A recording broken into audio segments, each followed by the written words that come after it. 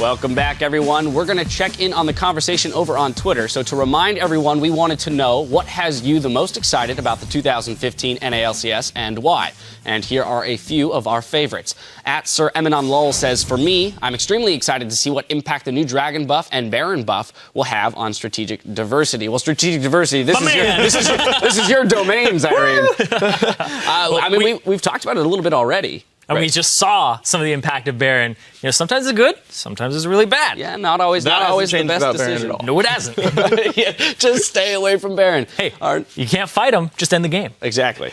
Our next tweet comes from @Schwagen, and he tweets, the addition of coaches to the LCS is going to be a total game changer. Better picks and strategies equals better competition. And I got to say, we talked about it at the very beginning. TSM definitely did a good job. Locodoco got them a really good comp. C9's not excited about, but that's okay. And we had pretty reasonable, comps here in this game. So 3 for 4 so far with the coaches. Yeah, and I totally agree with that, too. Like, I remember I brought up the point where it was like TSM, Locodoco is going to give them that extra edge. They're going to have more out of the change of having a coach there. Because Elimination, he still has his book. Charlie may give a little bit of input. But I feel like Locodoco just gives them a lot more for more bang for their buck with the coach. Sure. And we'll continue to see which teams benefit more or less from having the coaches on stage with them. Our final tweet comes from @Puri-Kura Senpai. Wider champion pools, new faces, all the jungle changes. What's not to be hyped about? It's true. A lot of new stuff going on. It's going to be people figuring it out as the season goes on. We're going to see more and more crisp things, and probably something that none of us thought was going to happen. It's like, oh, that's the new thing, and whatever it ends up being, it'll be cool. There's going to be some pretty uncrisp things too. Sure. Well, it's going to start uncrisp for sure. Some pretty doughy things in there that don't really work. All right, I like that. No, I mean, we were looking to see how things, pan out, if you will, to continue the baking metaphors. But I want to congratulate all of our winners. Please enjoy your new challenger, Ari skins. And if you're looking to join the conversation, hit us up at LOL Esports and use the hashtag LCS. But now let's turn our attention back to the next match, Winterfox versus Gravity. Winterfox, formerly Evil Geniuses, ended their year with an 8-game winning streak to pull themselves up from 8th to 7th place. The two up-and-coming stars, Pobelter and Altec, are back, as well as Helios, who's brought along his brother Avalon to take over the top lane. And rounding out the roster is Imagine, who is slated to take over as support. However, due to visa complications, we do have some substitutions, one which reunites Altec with his bottom lane partner from Cloud9 Tempest, Gleeb. And joining him, will be ShorterACE and Flaresz. This is kind of the interesting thing. You're about to say it. They're really not well practiced together right now. Not only the fact that it's just a new roster in general, but now, of course, they've got 3 subs coming in. And I think it's going to be very, very difficult for these guys. Now, first of all, there's so many things that change just based on the subs. So number one, the team actually plays in Korean. They have a Korean coach. They've got 4 players fluent in Korean, and then Altec is kind of on his own island. Hopefully Pobelter translates for him, which is already going to be weird for him just as a player. I think he's going to underperform this season. But then in this case, with the subs, Gleeb had a really rough tournament last time we saw him at the expansion tournament when he played with Fusion. And you've got some players who are pretty good, but you're just throwing a bunch of solo queue stars together, and we saw that with CLG at the end of last split. They didn't win any games. Yeah, I think Korean is going to be the actual language of the team here, and Altec's going to be doing his thing on 80 carry, sitting in the back, throwing out whatever he can. And I don't know how much he actually contributes to the conversation and help shot call. I believe that a lot of that was, Crepo and Helios, and now pretty much just Helios with some input between whoever else is on the team. So right now, today, who's going to be calling it? It's English. Who's going to be calling this? This might be Pobelter. Now, more so than anybody else. One shining light, though, for Winterfox might be the fact, though, that their subs do have experience against the Gravity players specifically. So you have to imagine that some familiarity with the opponents, at least, as opposed to coming into the LCS as a substitute blind and playing against someone that you haven't gone up against in the team scenario, might be helpful. Yeah, I mean, ShorterACE was on Final 5. They were at the expansion tournament. They played against Curse Academy, now Gravity. Sure, you've got these things, people have seen each other, but at the end of the day, you've actually got an entirely together roster who's on a hot streak qualifying for the LCS, looking pretty good overall. In fact, my favorite of the new teams, I think Gravity is the strongest of all these guys. I got it wrong in the C9 TSM prediction, but I don't see how Winterfox is supposed to win this game. Yeah, and also the fact that Curse Academy, even before expansion tournament, they didn't have Hauntzer in the top lane. Yeah. I think he's a really great addition in that top lane and really kind of solidifies them with a very consistent top laner who's going to deliver constantly. And then they have people like Keane, who's like, Hecarim just got buffed. Well, let's play around with that. Let's take a look at who we have in the other corner of the rift, which is Gravity. Arguably looked the best of the new teams to join the league, but they have been adjusting to several big transitions in the offseason. The team was split from their sister squad, Curse, and in doing so, they lost their support staff, had to move into a new gaming house, as well as adjust to a new owner. Yeah, and I think that SaintVicious, though, is going to be the rock to hold everybody together. And the fact that it is a new patch, SaintVicious has always had like jungle tier lists. He's okay with bringing new things out and trying them. And he's always kind of makes things mainstream. I want to put it that way. Like, he's an innovator, but everybody kind of picks up and be like, oh, yeah, that's what the meta should be. And SaintVicious really pioneers that. Yeah, I think SaintVicious definitely deserves more of a legacy than Missing Smite sometimes. Yes. He's one of the biggest junglers in North America. He's had probably, I would say, the biggest impact in overall North American jungling. Just when you count the fact that he's played since Season 1, right? Media's had a lot to do in the last 2 seasons, but Saint's been molding that since forever, basically. So I think Saint's got a lot of weight on his shoulders there, and I think he's going to do well in this one. He'll thrive. Cop is the other guy I want to talk about, because you talked about Hauntzer joining the lineup, but Cop also joined this lineup, and he was really one of the biggest driving forces that got Curse Academy, now Gravity, where they are. I think was an underappreciated AD carry. Okay, a little bit on the safe side, but still always put up very good, consistent numbers, which is the number one role, like the number one goal for an AD carry in the first place. If they're always getting their DPS out in team fights, then you're gonna have a rock that you can tank for, and he'll kill some people in team fights. And he's paired with Bunny FuFuu. Again, because they played in the LCS together. Right. So he has a support that he's very familiar with and has a lot of repetitions with. And I think that the comfortability of this bottom lane is going to be something that we have to keep an eye on this game. Because it's Altec and Gleeb. You know, they're very comfortable with each other because they played on Cloud9 Tempest. But I feel like Gleeb just hasn't been playing up to the level that he was before, and he's having some trouble. But I think that Altec also has to readjust with that, as long as being in a completely new team with new members. Well, new members of the team. Exactly. I got you. Well, Gravity is a tight-knit group, and say the different personalities and play styles of other members will make for dangerous combinations in the LCS.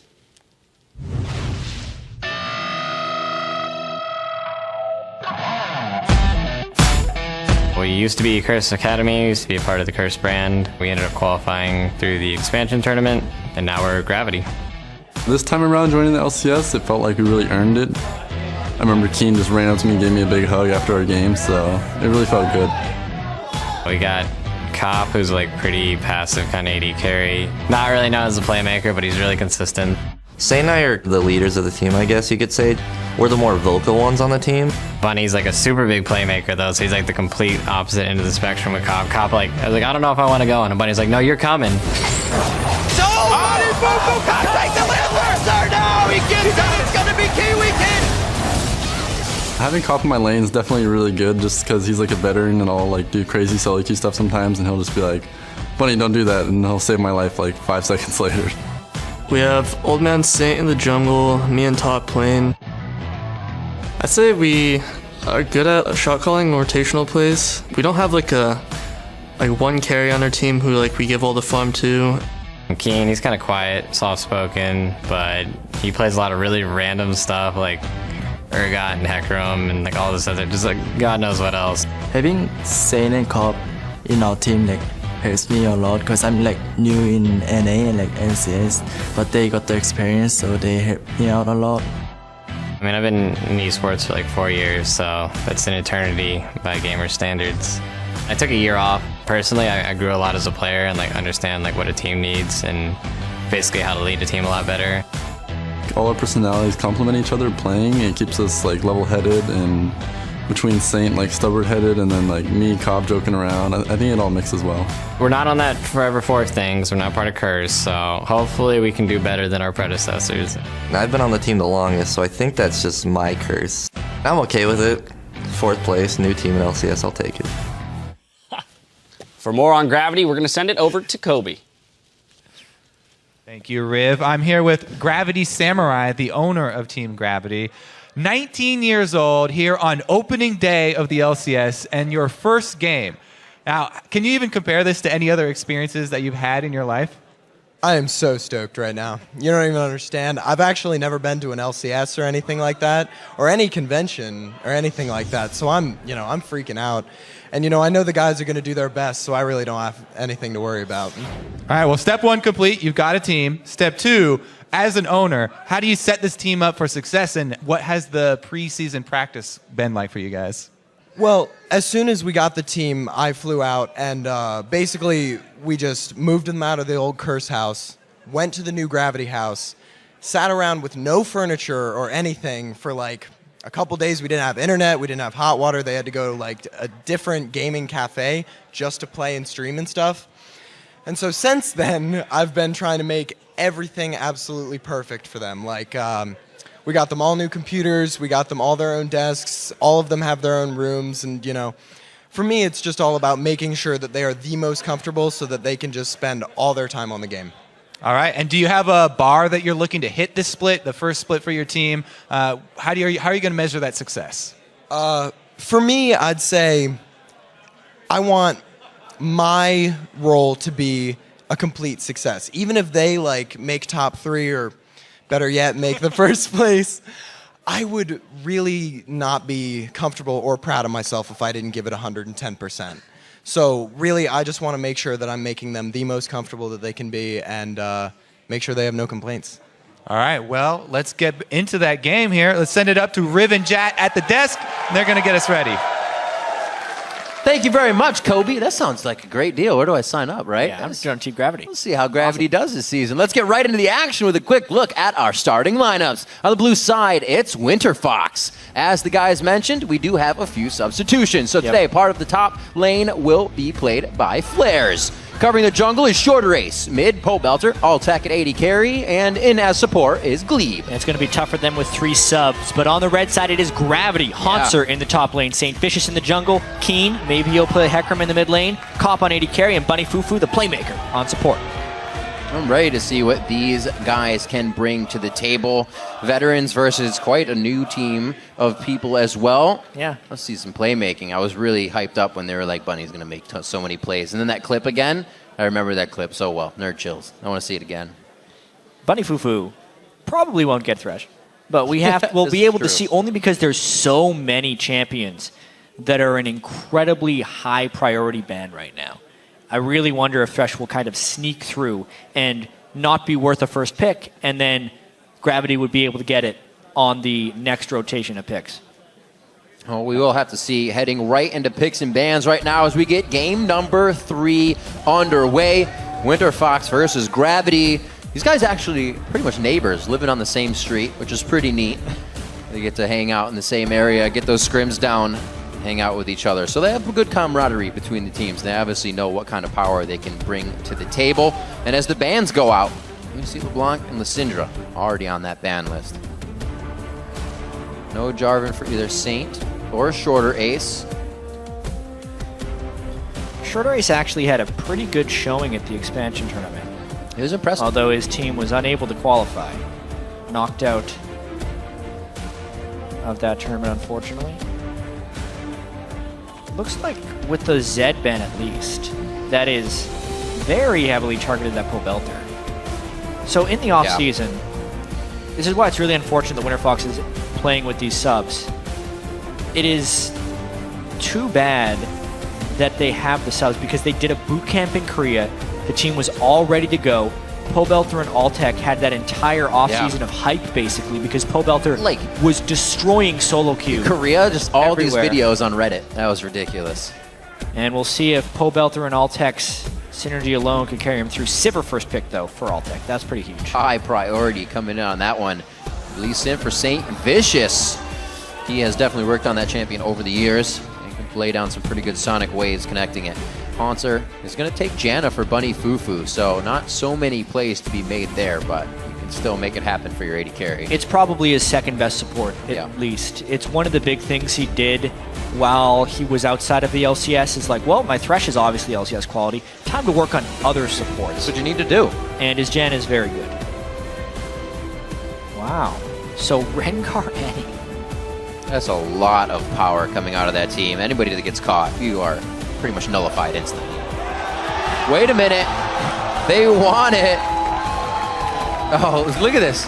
Look at the smile coming out of the coach here. Yeah. Soldra, the coach for Gravity right now. Yep. They're enjoying it. It's good that they can have fun in Champion Select. That they can just know that they can already put smiles on their face and a schoolyard lock it in here. New team, old tricks. Yep. Hovering troll picks that they won't end up going with. Hey, your first time on stage, you got to do a hover. You got to please the crowd. It will be an Azir for Keane, though. Cop's going to take Corki. He's played that since the day of his inception into League of Legends, so he'll be fine on that. Just farm out the game and get himself to his late game phase. We'll see how these guys do, though.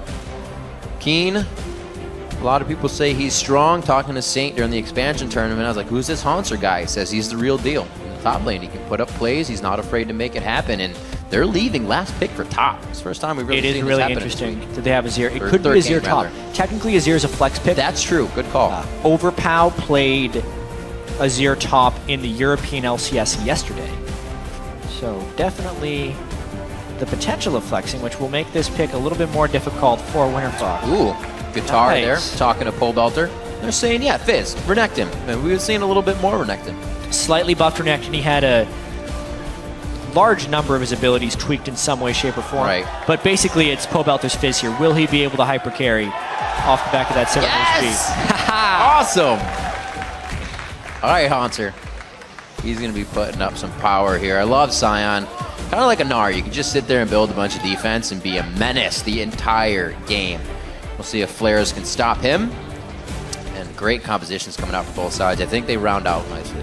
And Gravity was actually put fairly highly in some of the community power rankings that were out there preseason in North America. Some teams, I think Gold per 10's power rankings had them as high as number 4 in the entire LCS. And with Winterfox playing with 3 subs and a pretty solid lineup coming out for Gravity, they should be in a position to do quite well. It's all going to be about whether they can shut down Pobelter's Fizz and Altec Sivir, really, because those are the only two core members on Winterfox right now. Tons of preseason hype. I'm sure tons of people have Altec on their fantasy team. Early picks on 80 carries because his numbers last year on a losing team were incredible. We heard a lot about Altec from Crepo, as he would call him, Johnny, playing with him, saying if there's a kind of thing there where he's still himself and he doesn't take to the team. Maybe he's starting to take the team, and that's when a player really grows and you can see all of their full potential. The game's about to go live, so let's get those predictions rolling in. Tweet hashtag WFX win or hashtag GV win to @LOL Esports, and we'll be tallying your votes throughout the game to see who's going to take game number 3 of the North American LCS Spring Split here. Starting off this season, we've already seen some great plays today, and we're only going to see more. Yeah, just to recap the day, Team Solo Mid taking down Cloud9 in a really well-fought game, honestly. Cloud9 with an early advantage. Right. TSM closing in behind them. And then the Dignitas versus Coast game. Oh. That ending. If you have not seen that and you're just tuning in now, go check out the ending. Worth a 30-second There's watch. a Baron, it's a Dignitas game, and the game ends shortly after. Wow, that actually leaves a lot up in the air. That's a choose-your-own-adventure if I ever heard one. So, not really worried about the wards because of their power in numbers. Thanks for making me a liar, Saint. I called you good on your cues. It's like he'll miss the first one. It's not got Q. Too many problems. It's a little bit of an invade here. Not invade, but roam in by Annie. And Sivir. I remember. By Altec. Oh, wow. That happened. ShorterACE able to kill the ward. Now, keep in mind, on this patch, wards are not stealthing as quickly as they should. You don't say. So it is a little bit easier to kill them. That's another thing that will be fixed next patch. You're trying to take the credit. All the players know that is the situation right now. Yep. And honestly, with the way he used his Q, he would have killed the ward even without the bug. Right. But Minions he did it.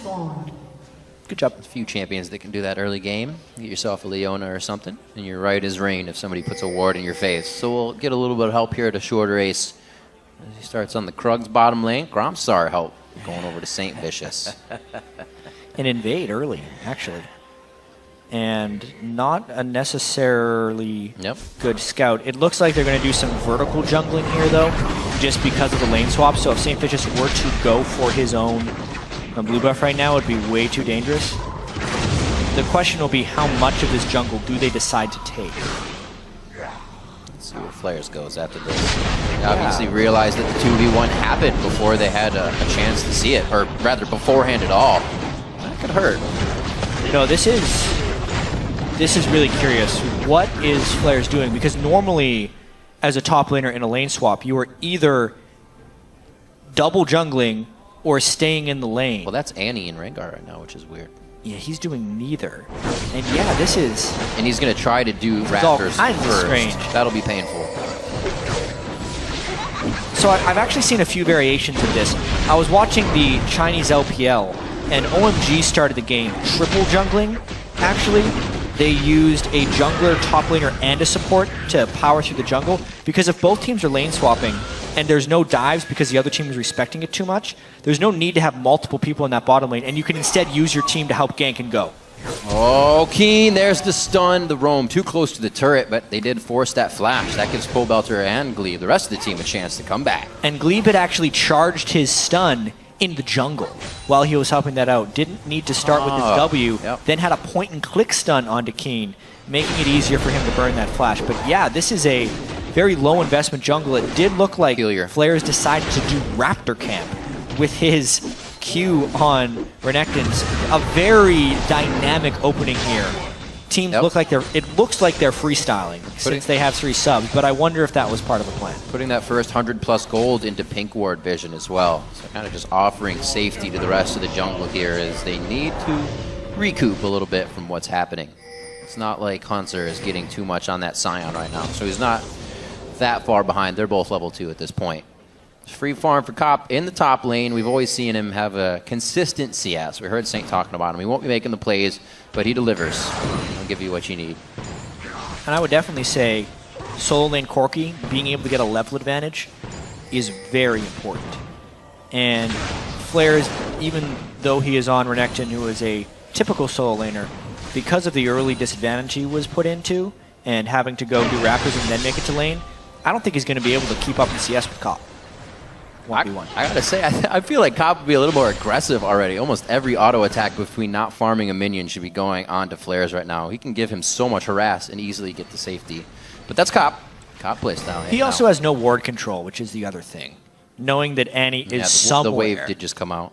And oftentimes in lane swap situations like this, the support will go and aid what is supposed to be the top laner, which is what we're seeing with the Janna Sion lane there. He kind of knows Annie's on her way. He's got to be a little bit careful. Well, playing that one safe, as he should. Saint's trying to get that free gold. ShorterACE coming down. He'll be seen by the pink ward. And looks like that's the ping in from Saint right there. Oh, we snuck behind it. No flash on Keane. This is the counter to the counter. He uses the shifting sands to get forward. Will it help? This isn't something Saint can really get himself into. He's going to try, and he puts down a bit of damage. It can't be ShorterACE. They pile onto him, hip to hip. Can't connect it. Bunny FuFuu now coming in with the Howling Gale. Only out of lane on this one, and they're not going to be able to provide too much. Winterfox positioning nicely and able to engage every new challenger. Hey, the team with 3 subs is the ones who draw first blood. Some great roam there by Gleeb, edging his way around the ward, knowing that he doesn't really need to help Sivir down in the bottom lane, letting Flaresz fend for himself, and really just trying to get Pobelter going on Fizz. Somewhat of an upper hand. You can use your advantage in that one. You've been scrimming against the entire team of 5. You don't know what these new guys are going to do. They don't have any kind of things they stick to or something you're sure of. So coming out with a very early roam in the beginning takes Gravity off guard. It's going to be first blood. Nothing huge. It does go to Pobelter, and he looks for damage on that. The Sheen coming out. So he could actually try to make some plays. Full ferocity. This is the wards that we were talking about. It's going to be the lockdown. No, Flaresz turns around. He doesn't have enough. Where's the attack? Cuts him down right out of the air. SaintVicious could easily capitalize on this. Hauntzer comes in. Man. That's going to be a few if they can get it. Wait, no! Flaresz gets away! What a beautiful slice and dice. SaintVicious was rearing back to punch him and didn't connect with the auto attack. And then ShorterACE gets 5 ferocity and is able to heal on the backside of that one. They get out by the hair of their chinny chin chin. Or the skin of their teeth, whichever one you want to say. But it was ridiculously close. These are the kind of games that completely go the way of the other team when you're so close to getting kills. And almost escaping kills, but it just continually goes the other way. That's happened with these first 2 kills, and no counter by Gravity. That's the scary part, because it's always just the, I want that last step, and that's going to cost you your life. Pobelter going in, Emperor's Divide, just stop short. Not the best time for a pause, but we'll get the reason for that as shortly as possible, as quickly as possible. Yeah. Yeah, early on in the game, Winterfox really coming out huge. Obviously, the lane swap is not going entirely their way, as you can see by the CS. They made things work, though. But Sivir having 62, Sion having 36, you add up top laner and AD carry and just compare them against the other teams, they would actually be winning that overall. Cop hasn't been doing a great job CSing 1v1 against Renekton, and Gleeb has been doing a very good job roaming around on an under-leveled Annie. I mean, he's only level 3, but he created that pressure in the mid lane, burning Keane's flash, and then getting the kill the second time that could maybe let Pobelter just skyrocket through this game. If we look at the things that they have done, those are things you can do all the time. So it's like they already had it in the book. If you walk into lane with Annie stun and there's another person with you, you're probably going to blow that flash in mid and you can return. It's almost a guaranteed every time you approach mid, as long as you have the vision to not get countered. So Winterfox is kind of sticking to the book and everything's working textbook style. Really great for him. Yeah, it was a keyboard issue with Gleeb, which is why we're paused. Okay. Hopefully it's one of those times where I can just unplug it and plug it back in. But then you have to turn it over because the USB won't fit. And then you turn it over again, and then it won't fit. So you get it 2 more times, and you get it. We'll be back into this one shortly. That is how USBs work. That is how USBs work. Yeah. There are 4 different ways you can put it in. So we see that back, obviously, from Flaresz. He's not too rich yet. Goes for another Doran's Blade and a little bit of damage in the longsword as well. So he's trying to keep himself at least maintained in that lane. And he's only 10 CS, or rather 7 CS down, so not too shabby there. I want to see how that Renekton impacts the game later, because it looks like it's going to be very hard for him to get in there in team fights. And Azir pushing back, Sion stuns, Corki, Janna, everything is just kind of pushing against him. I think a lot of it's just going to be about him taking up space and split pushing on Renekton. I think that's his sole job, because the rest of the team will be this assassination squad. Right, in and out. No reason to stay long. Use Dominus. Use Dominus to get yourself out of sticky situations in the top. We'll see if it plays out like that. As you can see, it is the pause from Winterfox, as we said, getting Gleeb's keyboard all suited up. And it looks like we may be ready to get back into game shortly. We do know that Gravity has been pretty much getting in their own head a little bit. The kills not going their way, but they're stretching themselves thin to try and achieve these. With the pause we just had that will be resuming, again, they were trying to go on to Keane and mid, so we'll see what happens there. Yeah, and it's going to be action as soon as we come back out of this pause, because Pobelter had just ulted Keane, but the Emperor's Divide was disengaging him. Yep. And that's it. They decide not to fight. And it disengaged. So, settling down now. All the players getting back into the roll of things. See a little bit of back and forth here in the top. Level 5s for both. Trying to see where they are at level 6. And it looks like they're halfway there on both sides. Teleports have been used, so they'll probably be returning to top lane for the next few minutes here. It's going to be all about what the lanes can do. We saw ShorterACE trying to provide, and has 3-6 Rengar ganks. 1-0-1 for him. Still waiting for Saint to get there in time. He's kind of been a little short on each of these engagements. One step slow. Right. Winterfox. There you fair go. bit of fan support early on in this game. The sub squad. Can a sub squad win in the LCS? CLG tried a few times last year. That's true. To no avail. Had a few close games. When they sub one person, they seem to do well. When they sub a whole team, that's a different story. I wonder, though. Gleeb's still level 3, and it's the last straggler. Oh! Just because everybody else walked through it doesn't mean the last person's safe. Something to remember.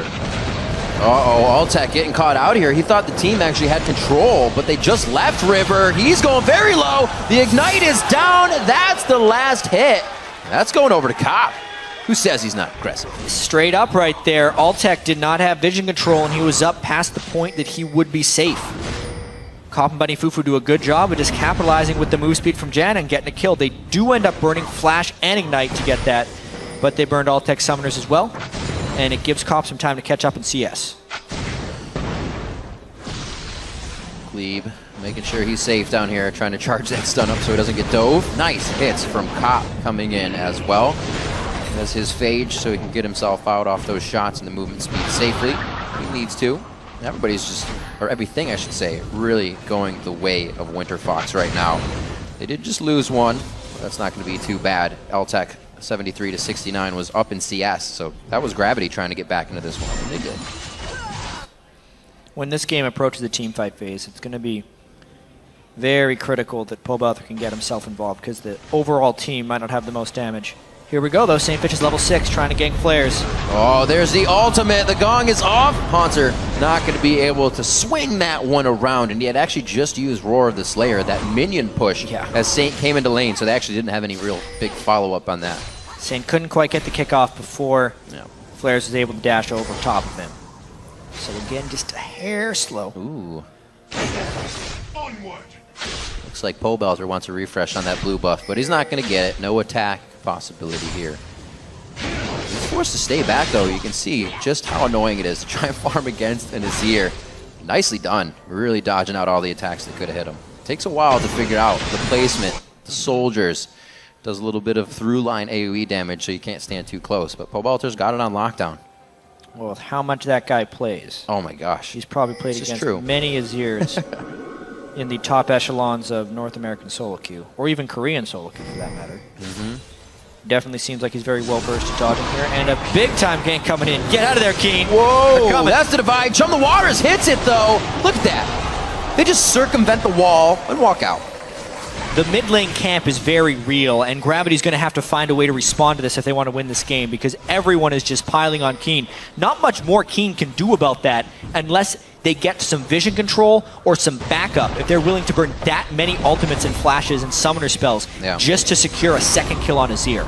Nice kill, though, by Winterfox, collapsing onto Keane. Nothing you could have done. It's something you don't think you'd be seeing with Azir having that much stability and controlling the area around him. But they're just walking right around it. It only hits one person.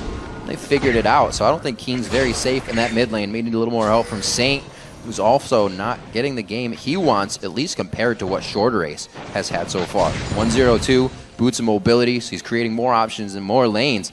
And Saint's kind of still sitting on recipes right now. Yeah, it's crazy. ShorterACE completing his boots of mobility before even upgrading to his warrior enchantment. Because, really, it is about getting Pobelter fed. It's Operation Camp Keane is what this game is turning into. Funny FuFuu, a little bit of aggression. Doesn't get the spell shield out of that one, but they do on the rocket. There's a butt in there. Get out of that one quite easy. Saint just knowing where you can put the pressure here, and they may be able to act on something in this bottom lane. Well, they're going to at least try to clear a ward, but they don't have the control to even do that just now. Maybe get it a little bit later. ShorterACE again towards the mid lane. Bringing the hot dogs this time, setting up the camp. There it is. Chum the Waters. Nom nom. That's another one for Pobelter. Rinse and repeat. There's smiles going on all across Winterfox's faces right now. That gank was just too easy for ShorterACE. Keane walks in range of a brush, doesn't even have to burn his flash in order to get that empowered bowler right on top of Keane. Easy kill. Whoa. Wow, drawing the teleport. Okay, they got Bunny FuFuu. I don't think he'll be too alive for much longer in this. Wait a minute. They could pull this fight around. The shield won't come out. Hauntzer comes in with low mana. He's pretty much right now. Not being able to provide too much other than a body, and they still turned it around here with Saint, though. One last hit. Oh my gosh, they're picking up kills here with slivers of health, and Pobelter's about to have a heyday as he starts picking up a few. That's going to be Hauntzer going down after the passive knocks out. And beautiful job by Winterfox to just close in on the bottom lane and stop that aggression. It ends up being a 2-for-1 right there. Sivir ulting in order to get Gleeb in range for the ultimate gives them the proper start to that fight. And then they teleport in burst. Even though Hauntzer was there, it wasn't enough. I mean, look at this. Not even Sivir ult to get in range. Bunny FuFuu just lost his mind. There's no reason to walk that close to Gleeb and Altec. Burns his ultimate just to try and stay alive. Has to get out of there. Flaresz gets in the instant before Hauntzer and closes the kill. And at this point, SaintVicious is just trying to make a play when a play's not completely there. I'm sure they're saying Hauntzer's got ult. Everything looked great up until this point, but they couldn't get the finish, and nobody was accounting for Pobelter. Keane had no presence in that mid lane, and Pobelter could just come straight down once again and pick up even more kills. 7-2 now as we approach just 14 minutes in this game. Yeah, you can see the pause screen popped up right during that replay.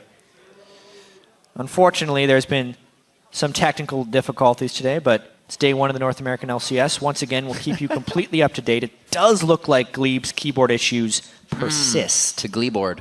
Gleeboard. The Gleeboard problem. We'll see if he can get that fixed up. Jeez.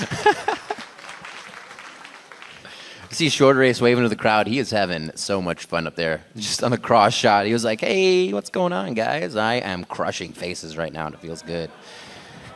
There he is, the one kid of Washington. He's got to feel good. 4,000 gold there on Rengar, but it's all about Pobelter. 4,800 gold on Fizz. 302, 1,300 ahead of Keane's Azir. Just really looking to run over this game. It's definitely a different dynamic. We heard Hauntzer in the pregame video saying, you know, there's nobody really on Curse that will feed the kills to, or one person that'll get everything. Not the case with Winterfox. That's Pobelter. He holds that role. And right now at 302, 15 so CS up above his opponent, 13. It's pretty. He's going to make some plays this game. I think we can see that out of him. More Reddit clips to come. We'll have to see how effective he can be. I mean, we saw High's Fizz get shut down by Darius' Aurelia. Yeah, that's true. Is there someone who can block Pobelter and just stand next to him in fights? You would hope that could be Hauntzer, but honestly, I feel like Fizz is far too mobile for Sion's incredibly dodgeable abilities. Gravity tried to get Dragon, but Winterfox is there to contest. 5v5 at Dragon Pit. It's like standing in front of a train and you move Dragon at the reset. last second. Dragon's back out. Actually hitting Gleeb right now. That's 2 down, 1 for each side respectively. Divide goes out. They're trying to take down Cop. Altec with the boomerang coming off a cooldown. Will he be able to throw the last one? Storm Shield to save Cop, and it looks like they may retaliate just a little bit. Pobelter on this side here is making that change, though. It doesn't look like Gravity really wants to get themselves back into this tussle. A back and a forth. The Dragon stays alive throughout that one as one goes down for both Winterfox and Gravity. Poor junglers. The Dragon reset as they both went in to try and smite it. So it was no longer in kill range. Then the fight erupted, but both junglers had put themselves in such compromising positions that they died in the fight. So tricky stuff, but still Winterfox with a big lead. Let's see how they apply it. Something we noticed, you know, throughout any season or the beginning of a season is teams have a bit of trouble closing out a game. Dragons kind of stop that. Allows people that power they need to really just get through after the first inhibitor, but we'll see if these newer teams can hold that and get it down. I want to see how Pobelter can carry this game, or if he can, because Pobelter has always been a top solo queue player. Ever since he was 15 years old, he was kind of just, everyone was waiting for him to join the LCS. He was actually on... Felt like he was 15 forever. He was actually on Curse of all teams while he was 15. And then eventually he made it into the LCS, and it didn't transfer over immediately. He was in the LCS while still finishing high school. He couldn't devote all of his time to the game. I mean, it's been years in the making, the development of this guy. It's a little bit comparable to Reckless in EU when he was too young to play the LCS, but everyone knew he was really good. It's just Pobelter was never quite the same name, but he's always had that talent. It's just a matter if he can realize that, play as a team, and show up on the big stage. This could be his year, honestly. He had a strong finish to last year. The team is more built around him now. Right, there's nobody to overshadow that. And he's doing this with subs right now. I mean, this isn't even the team that was built around him. So it's looking like a very strong opening for Pobelter. We'll see if he can close out this game with his immense lead. A lot of plays being made by this team, Pobelter especially, and with the option of Altec to kind of be that same person as well. His skills are on the up and up. They have the ability to have 2 players with that ability. Gleeb, he's trying to get an upper hand on the ward control, see if he can kill anybody trying to plant one, but they don't. He like hides under that ward. You almost can't even see him at all. Only the nameplate. Good clear coming in from Keane. Almost called him shifter for a second. 17 minutes on the clock. Both teams respecting now that the ults are around and on everybody. A lot of champions hitting level 11 as well, so that's something they're trying to get under their belt. And we see once more towards the mid lane. That's the Monsoon. They don't use the divide. I was going to say, if they get through both of those disengages and still get a kill, but they get out safely this time. That's really huge. That's what Gravity needs to do to stop those dives. You can see how hard it is, but they repel it that 2 time. flashes. That's true. Tough to get out. Oh, pop the ultimates from Winterfox, though, before that Dragon. And in the in the long term, you'd rather have your ultimate because it comes back before Flash, but in the short term, the ultimates would win or lose this fight. So Gravity should pile onto the Dragon here, knowing there's ults down from Winterfox. Whoa. Gonna get a little bit of a tunnel here. Gleeb went way too far. The rest of the team, what? Altec coming out huge on this one, as well as Gleeb. They focus down onto 2. Saint and Bunny FuFuu no longer for this world. That's a double kill coming in for Altec. Beautiful job as they drop 3. Hauntzer is going to be bolting out of this one with a short sprint. Almost a kill onto Cop as Pobelter is trying to make more plays. And Winterfox is all over these engagements immediately. Great teleport. Geez, SaintVicious thought he had the upper hand there, and if they would have engaged in a clean fashion, I think they would have, but he doesn't even get his Lee Sin kickoff in that fight. I think Gleeb was able to stun him, and then the rest of Winterfox was able to just focus him down before he makes a play. This game is getting out of control. Winterfox is pulling away. Winterfox is definitely pulling away. Odd to hear when a lot of other people said Gravity is one of the better teams coming in. Let's check this again. Yeah, I mean, what a strange fight where Gleeb thinks he has a catch on to Cop, and then they're kind of running away. Sivir has an immense amount of burst and is able to get him with the backside of that boomerang, as it was actually ShorterACE who held him in place.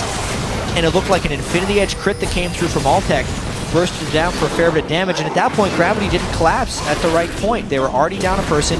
Even though the ultimates weren't there, it was fine. And Pobelter nearly finishing off Cop on the backside. That was sneaky. He got like a fadeaway run to get himself to safety. 45 seconds before the Baron is on the map. I don't really think anybody's going to be looking towards that just yet, however. You see Pobelter sticking the needlessly large rod into his inventory. Saint forced a flash out of that. A huge front-end burst hit. Nice slam down by Hauntzer. They can really turn this one around. And as Winterfox enters the jungle all willy-nilly, they're going to definitely pay for this Raptor attack to go down. Gravity finally sets up a trap right there. That's what they need to do. They punish this time ShorterACE and Gleeb for overdiving, and Pobelter was not there to supplement the gank. Really showed they didn't have the damage outside of the big fish they got in the mid lane. A little bit of disrespect being given there, saying we're strong, we can walk anywhere. Not the case. Gravity can still take your team out. 20 minutes in, and we see a little bit of life there from Gravity on the attack to save their jungle. Looking at the lanes, actually pretty all even. SaintVicious, however, we saw him farming up a lot. It is 69 to 48 as he was trying to repair what ShorterACE had done to his team in the early game. Mostly Keane. Keane had a hard time. Yeah, and there's actually a huge amount of gold in the jungle now. The jungler is willing to go and farm it. With the recent buff to the jungler items that happened in the 5.1 patch that we're playing on right now, an extra 30 gold every time he kills that jungle monster. If you just sit there and farm in the jungle, you become a very, very rich man. And despite Saint's 3 deaths, he is ahead of ShorterACE in gold just because of that CS discrepancy by a whole 300. Level as well, so we'll be hitting 11. And that Dragon's Rage kick up level once more. And just some wave control coming in here for Gravity, as nobody's really making a move just yet. Cleaning up red buffs, cleaning up blue buffs. It could be Flaresz, however, in the top lane. Oh, so close. No cigar. Ooh, BN. Oh, geez.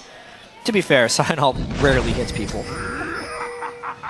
He's taunting them, though. These Winterfox guys are just trying to get in the heads of Gravity. They know they're playing with subs. So, yeah.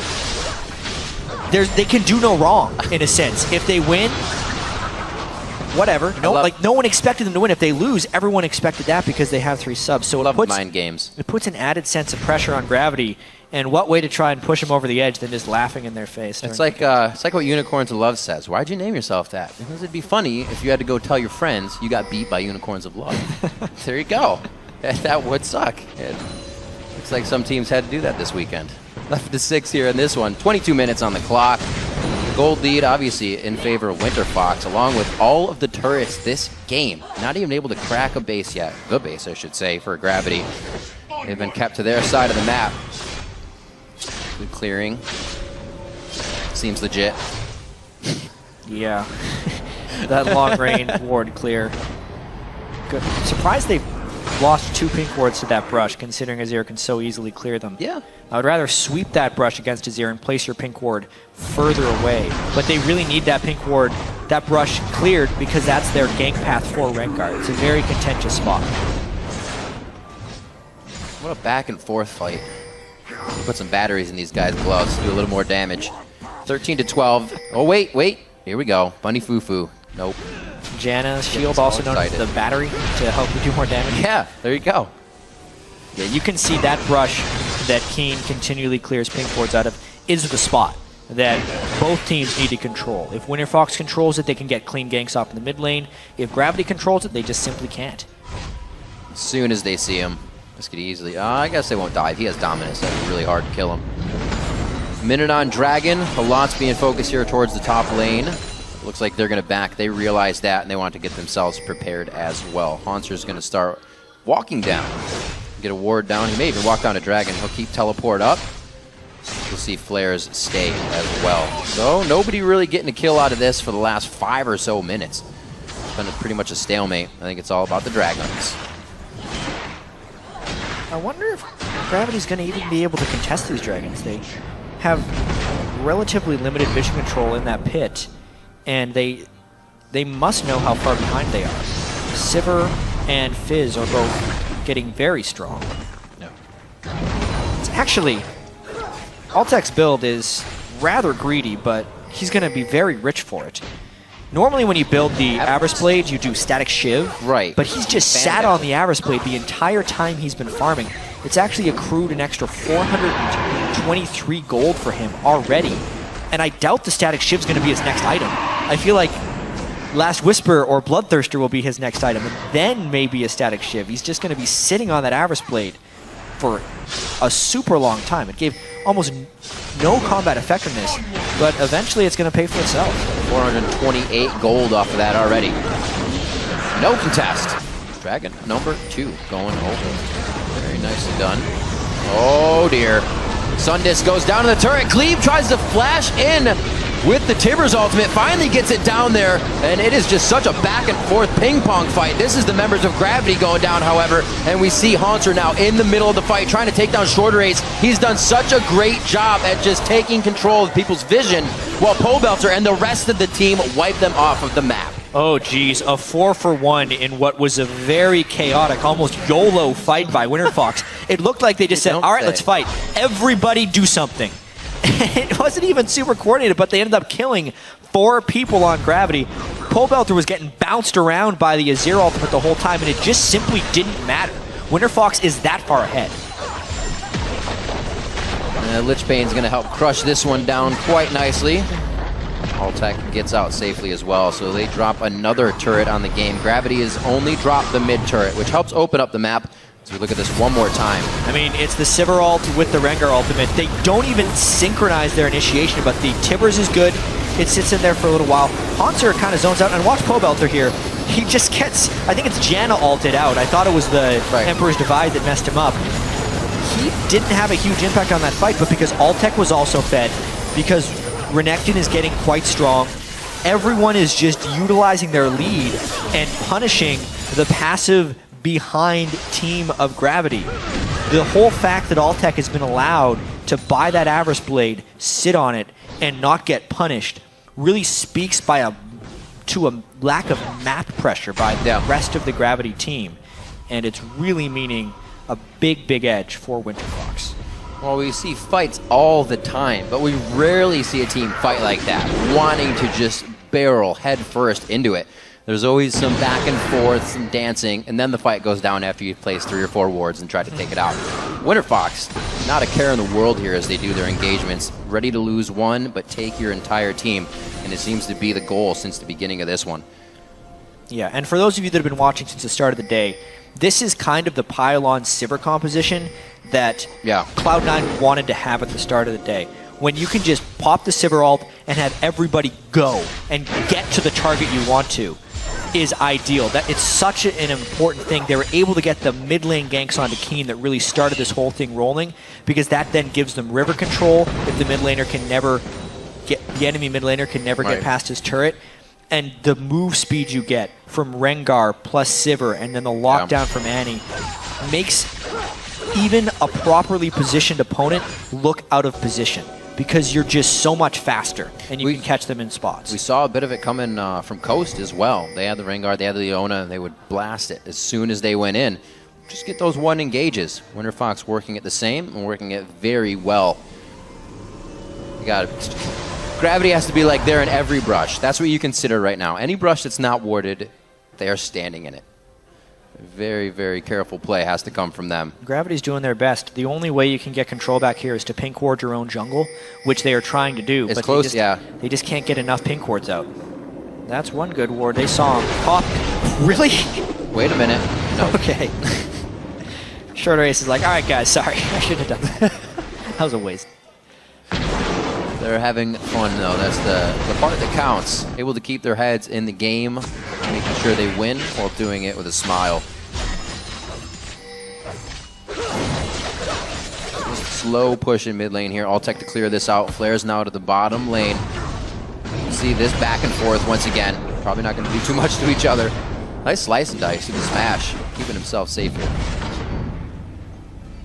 Top of the map looks like it's going to be getting a little bit of help from the team. Gravity clearing waves out right now, but they're going to have to find a mistake fight coming in from Winterfox if they really want to get themselves back in this game. At 7,000 gold, that means there's more than one core item probably across the map in different lanes that's really putting you on the back foot. And the map control that Winterfox has in 5-to-1 turrets, definitely leaving Gravity a little bit to be desired here.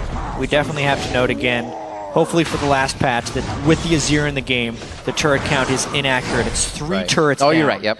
For Gravity. So Winterfox has the outer 3 down as well as a substantial amount of map control. But yeah, I do want to talk about the Avarice Blade on Altec. Probably after they all run and try and kill someone shortly. So they're trying to do. You should not be allowed to build an Avarice Blade. This is one of those things like, do not try this at home. Don't build an Avarice Blade and sit on it because it typically makes you incredibly weak as an AD carry. But he's been able to outfarm by such a wide margin that he has a full item advantage on Cop and an Avarice Blade to sit on. Which is, by the way, giving him an extra 626 I think it was Uzi that did that at Worlds and he just got punished in lane. He just tried to sit on it and they took it to him. They know you can do that. But like you said, playing it safe. Playing it smart. With the positioning on the team, everybody in front of him, he's been able to do this. Hit the lanes, farm it up. Now he's up to 643 gold off that Avarice Blade plus. 25 seconds on Dragon. Their turret, most likely their Dragon once again uncontested here as we see Gravity trying to clear and get the wave push towards the top lane. They'll take this turret. Like we said, third Dragon now going over to Winterfox. I think the only hope Gravity has here is that Keane can get to a powerful enough point that they can punish the heavy dive of Winterfox and somehow stay alive. He's going to have to build his Zhonya's Hourglass out of that needlessly large rod. Because I've seen many games where an Azir that is really far behind can just crush a team fight if he gets his soldiers in the right position and he cuts the enemy off the right way. But it's going to be real tough against this Winterfox team. Easy to say, put on paper, hard to do. Very hard to do, especially with the way this team is going to be moving. They have that Sivir ult, Playful Trickster, ShorterACE, jumping around or being invisible.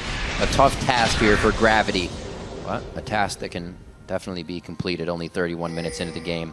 They need to stop these dragons. One dragon would help them out immensely, at least at this point. But 3 on the favor of Winterfox only makes it harder to get that first dragon for themselves. Gravity's going to back. Looks like things are slow for them right now, but they feel they are safe enough with the control they have to do this back right now. Definitely showing their subs right now for Winterfox.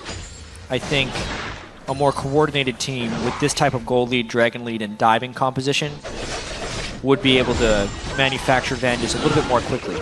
But at the same time, because of the Avarice Blade on Altec and because they have the Fizz there, it's not the worst thing they're taking this long to kind of set up their plays. A Yuma. So he doesn't go Static Shiv. He goes to Ghost Blade on Sivir. That's actually something that a lot of people have been doing on their second item, just for more move speed on Sivir. Since you're already mobile, you're just supplementing your own strength. personally like it. Plus, it gives you that pen on the boomerang. Temporary power as well. 20% more move speed, 40% more attack speed for 6 seconds. Never hurts. No. But now he can't get that extra gold. And he has such a small amount of lifesteal in this build. Bloodthirster will have to be his Are you last saying bet. that wasn't a financially stable decision? It's pretty stable. There's the speed. That's financially stable because that banks some gold. Going over to Pobelter, also going over to Altec. These guys are cashing in right now, and now they're on to Hauntzer. Saint tries to get into this fight. Cop gets cuffed himself, but he's able to jump out of this one. It looks like another turret in for Winterfox. They're going to be tearing down to the inhibitors, looking right into the eyes of Gravity as they turn their base to shambles, and they're not even worried about the outside damage on this one. ShorterACE completely tanking the turret. Guys, that shreds some of your resistances. You got to be careful. They finally get it to go down. An elongated fight here, which would be perfect for an Azir at range, but Keane got dropped in the beginning, and they'll have none of that. Winterfox comes out big on a 33-minute engage. That's what keeps happening. Winterfox just beating Gravity to the punch. There's such a big lead at this point. It's almost impossible for Gravity to win this fight. The one hope I feel like Keane would have had is to stay alive in one of these fights, and he just took his Zenith large rod, put it into a death cap, and he won't be able to Zhonya's when he gets dove. Which has happened almost since minute 1. Every single time.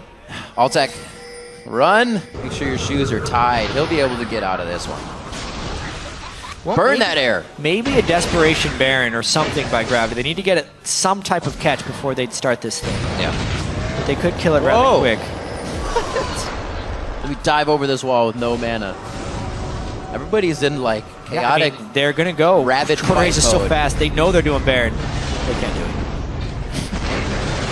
Oh, here's maybe a fight though. There's really the floor. messy. Ah, nice knockup. Nothing coming of it. All right, that was a good dance. Nice moves by both teams there. Looks like everybody was getting a little rabid. Nobody had health or mana, and they were still trying to dive into these fights. It's getting crazy in this late game. At 10,000 gold, you're going to have to make crazy plays, especially if you're Gravity at this point to get back into the game. Yep. And that was a Desperation Baron attempt. They really just hope Winterfox makes a bad dive decision, which is a possibility, but the laughing continues. Too bad Saint didn't kick him there on the slice. That actually been pretty funny. Into the Janna. Yeah. You're like, let's get. Oh, wait. Ooh, Baron. Yeah, it's an easy Flaresz saying what? Raid boss Flaresz fighting top lane so Winterfox can get Baron. He's like, yeah, 3? You got 4? Are there 4 people? Flaresz pretty big right now. Actually, even with the Hydra first, getting right to his items necessary as Spirit Visage for the health gain and magic resistance and Branduins to keep the fight going. Moving up to the second inhibitor turret. And it's really been Pobelter and Altec carrying the brunt of this. ShorterACE did so much to help, as well as Gleeb, though. They're actually playing like a pretty coordinated team. Last-ditch effort by Gravity. They're pretty far from their base, He didn't hit anybody with that! Great dodges coming out of Winterfox, and they just walk out clean after being able to get a few shots in the inhibitor turret. They are messing with fire right now, but they're getting out unscathed. Yeah, they figure they may as well be at full health if they try some type of game-ending fight. Because they are 12,000 gold ahead. 3 dragons, plus a Baron buff. Dragon 4 on the way in 45 seconds. Pobelter, 3,700 gold above his lane opponent right now. Yikes. Quite a chunk at 705. I'll do you one better. Altec's 4,000 gold ahead of Top, who is the larger winner. Yeah, and even though Altec has 0% lifesteal, he has that Elixir of Wrath, which gives him 10% healing on physical damage dealt, which is even better. It's so good on Sivir, you have no idea. It's healing him on Ricochet and on Boomerang Blade. I'm going to say I'll give you that in gold, but he did have the Avarice Blade. Yeah, he cheated. Big old cheater. So it looks like they're going to use these minions for the bottom lane. Let's see if Flaresz uses that Baron. As we said before, you only need one guy with Baron buff to buff up these minions, and that's Flaresz for the top lane right now. Takes that inhibitor. They are going to get spread thin right now on the side of Gravity. Yeah, this game's not going to last much longer with the Baron minions on one side and a giant Renekton on the other. Here they go. There's one. Nope, they don't go for the inhibitor to push through. That's going to be SaintVicious, and Flaresz going head-to-head in the top lane. He hasn't even put a dent in him yet, and SaintVicious now to half HP. Helping that Hydra to keep him healed up just a little bit. He should be able to go down here, but that's now 2 of the resources for Gravity taken away, which means the bottom inhibitor, the gong goes off. An early activation, however, and they're able to just dip out with On the Hunt from Sivir. That's all of them. 3 inhibitors down. That is methodical play from the triple sub squad here on Winterfox.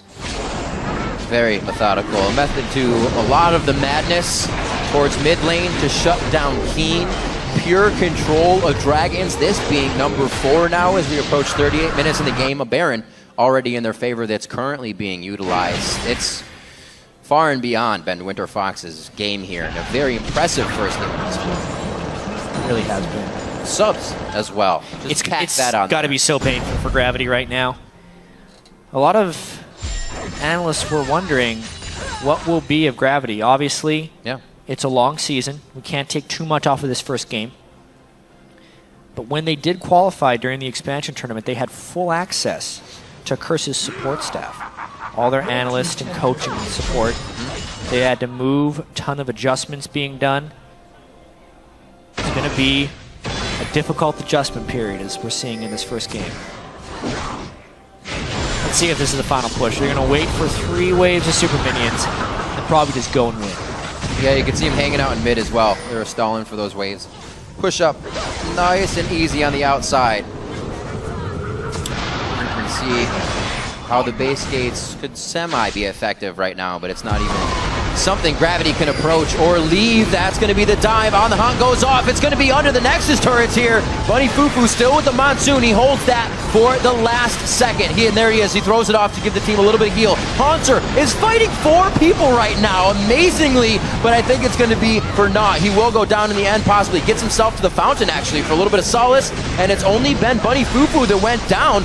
Gravity's doing a great job at defending the fight, but not defending their Nexus turrets, because that's the objective. That's in the eyes of Winterfox. One final fight to bring them to their knees, and Gravity is now running for the fountain. Winterfox is on the Nexus. They're going to find their first win in the spring split here in North America 2015. And what a way to start the season. Look out for Pobelter and Altec this year.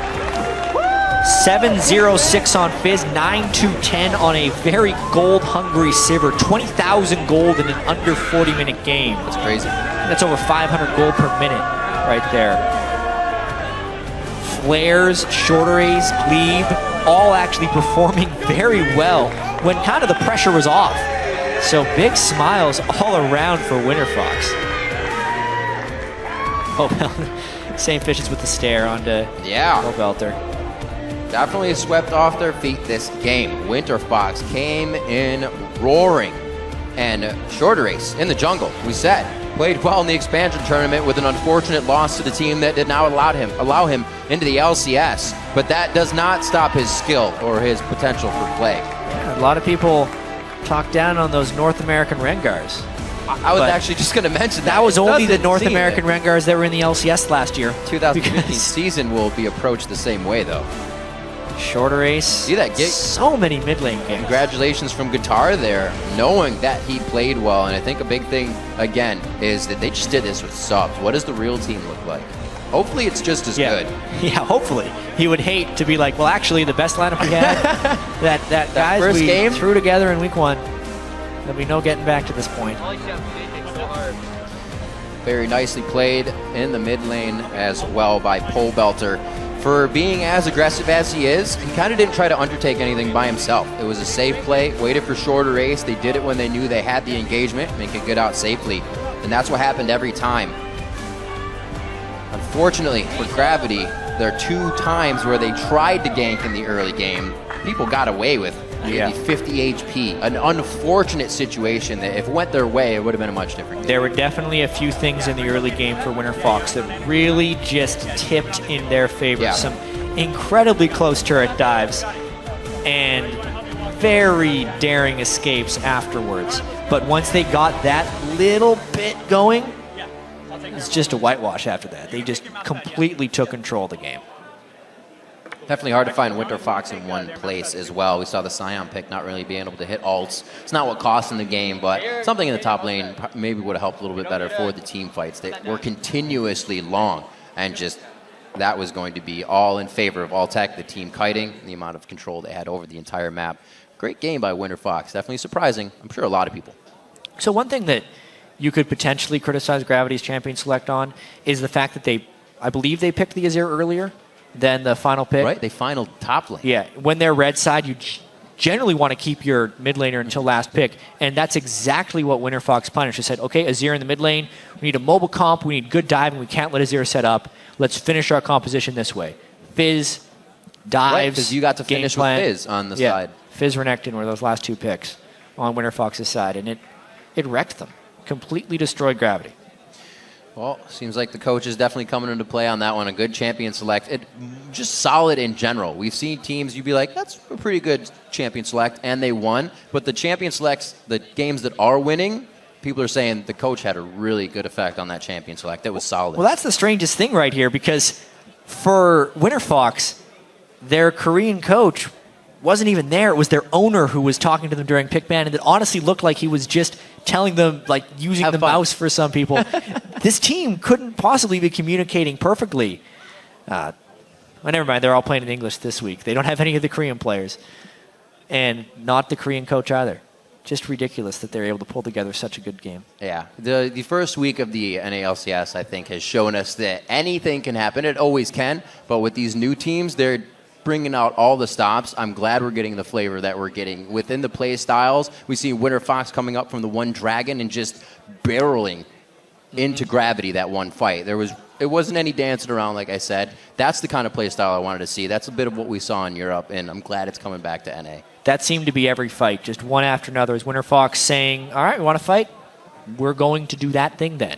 And they press the Sivir ult, and they just go. That's the whole reason Sivir is such a contested pick right now. Obviously, because Sivir is pretty strong in the lane against Corki is one reason. Spell shield it. The phosphorus bomb doesn't get bullied like by Corki like the other 80 carries do. And it's mainly, though, the team fight control. And we really saw it this game. So how would you consider this game for Gravity? What do they take out of this? Obviously, that was subs. It's not something they had been training or playing against. Yeah. So they weren't ready for maybe a little predictability they knew from the old roster. What do they take out of this? A lot of disappointment right now for Gravity. Constructively, you want to try and take away some different pick and ban strategies, but that's what everyone says after game. Be like, well, they should have changed their pick and ban. Hindsight is always 20/20 in those cases. Here, I think a little bit more aggression from their bottom lane. Altec was allowed far too much freedom this game, and a little bit less pressing and reactive play in the early game, and more proactive play is the things they need to do. SaintVicious was trying to chase around Rengar instead of just ganking early on Lee Sin. Rengar got the better of Saint in the early game, and that just generally shouldn't happen. He needs to take a little bit more initiative on his jungler there. But yeah, they have to find a way of getting over the disappointment of losing to a sub-team. That's right. Because that hurts. It does. Hurt just a little bit. We'll see. They have another game against them. They can get that revenge, but only one more, as it's 2 games per teams this season. We're going to send it over to Dash for a word with our winners. Thank you, Riv. I want to welcome ShorterACE and Pobelter from Winterfox to the desk after a pretty decisive victory there against Gravity. Pobelter, I want to go to you first. You guys had to bring in a few subs, one of which is ShorterACE. What was that like in terms of having, very little time to prepare and strategize for this game? It was all really rushed. Our owner, Brian Cordry, had some subs on the roster, so we had Flaresz and ShorterACE. And I have no idea what these players were like before ever playing with them, and our first scrims were 2 days ago. But, it worked out really well. They both played really well. And so I think they should be really happy about how they played. And ShorterACE, I got to speak to you at the LCS expansion tournament where you narrowly missed qualifying yourself to the LCS, but now you've had your opportunity. You're on the LCS stage. How does that feel? It feels great. I'm just so happy to be here. And so, as Pobelter said, he didn't really know too much about your play style as a sub on the roster. Did you feel the same way going in, that you guys really had to kind of beef up your synergy within such a short amount of time? Honestly, though, he's just really easy to play with. His level of communication is really easy for me to follow, and we kind of we did well together, like in a few days. On the topic of communication, Pobelter, I want to jump back over to you. With Helios on the team, I know the two of you probably bounce back and forth the most in terms of the shot calling, but he was out this week, so did you have to kind of take the brunt of the work there, or was that passed on to somebody else? I feel like I did not talk that much that game. I think it was mainly Altec and Gleeb deciding what to do around the map, but I think most of the movements we made were pretty basic, so I don't think there was anything like really difficult required. Altec and Gleeb, there had to be a little bit of comfort knowing that those two were an old duo from back in the day on Cloud9 Tempest, I imagine, right? Yeah. Now, I want to go into the picks and bans a little bit. We saw Renekton come out in the top lane. We saw Rengar, Annie, Fizz. You guys were looking to dive with that with the Sivir ultimate and just go. Was that in reaction to what you were seeing set up in terms of Janna, Azir, setting up kind of that disengage poke comp?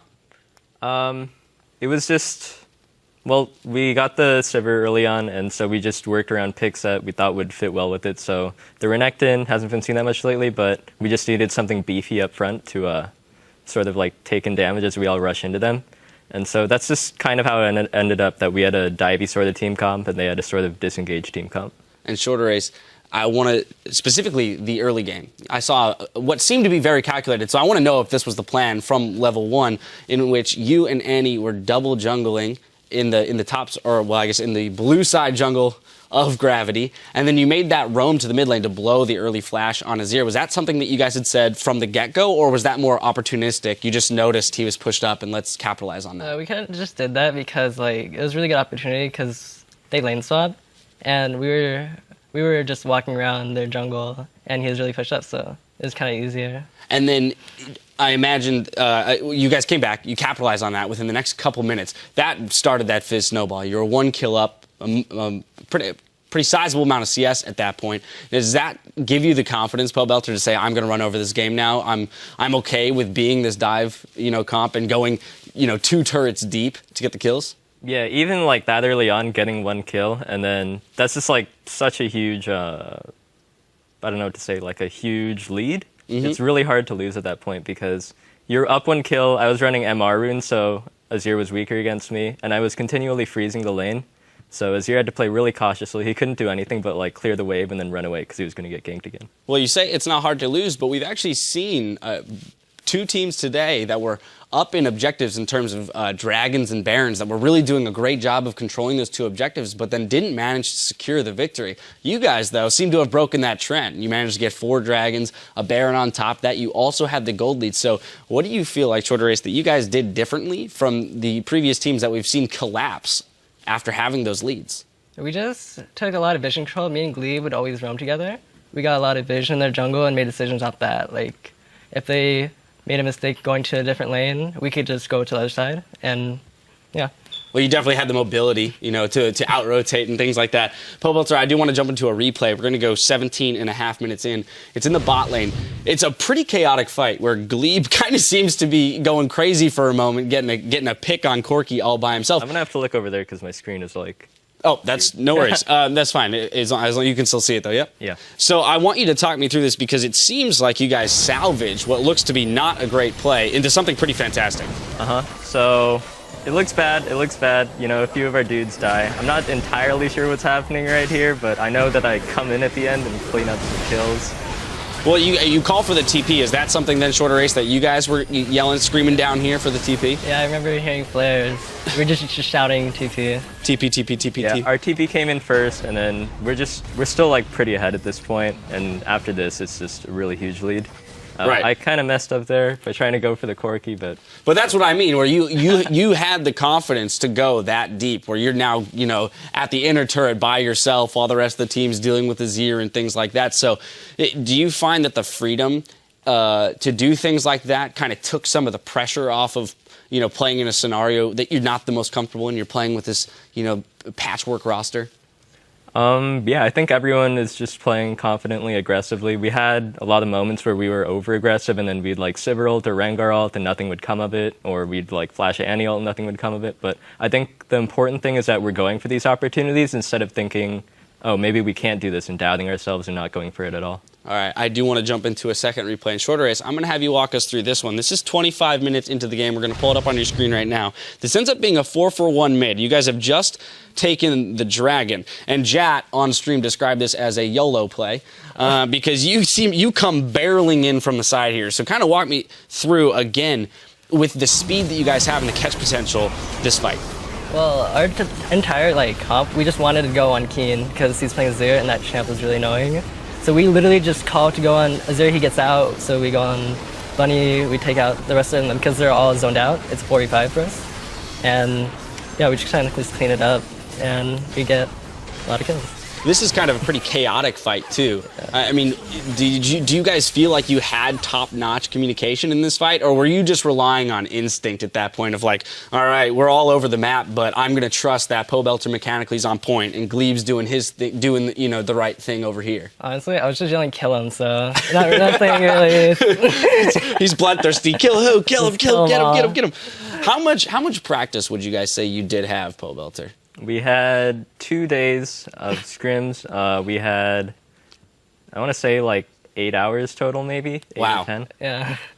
I mean, that has to be a huge boon to confidence too going into tomorrow's matchup. And I kind of want to parlay the question here into you're going to be playing Coast tomorrow, which has to feel good because you guys you're familiar. ShorterACE, exactly. You and Gleeb, right? Some of your subs are actually very familiar with the players that you guys happen to be matched up against this week. So that's got to feel good. Along with the win here, are you guys confident that tomorrow is your game? Yeah, I expected Gravity to be the tougher matchup coming into this weekend, but actually Coast gave Dignitas a run for their money, so it might actually be the other way around. But I'm pretty confident going into the matches, and I know Ryan wants to avenge himself because his team got knocked out by Coast in the expansion tournament. Yeah, looking for blood, ShorterACE? I'm looking for blood. I like it. Kill him. Kill him, right? Kill him. We'll be hopefully listening to the comms tomorrow, or maybe we got some clips from that game too we can pull up with the screaming. Well, I want to congratulate you guys on your victory. It was outstanding and very fun to watch. Coming up after the break, though, Team Impulse will look to make a name for themselves when they take on Team Liquid, so don't go anywhere. Congratulations.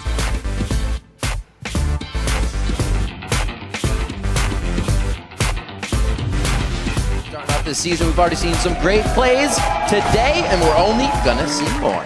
And they still turned it around here with Saint, though. One last hit. Oh my gosh, they're picking up kills with slivers of health, and Pobelter's about to have a heyday. Gleeb went way too far. The rest of the team. What? Altec coming out huge on this one, as well as Gleeb. They focus down. Sundis goes down to the turret. Gleeb tries to flash in with the Tibbers ultimate, finally gets it down there, and it is just such a back and forth ping pong fight. That's in the eyes of Winterfox. One final fight to bring them to their knees, and Gravity is now running for the fountain. Winterfox is on the Nexus. They're gonna find their first win in the spring split here in North America.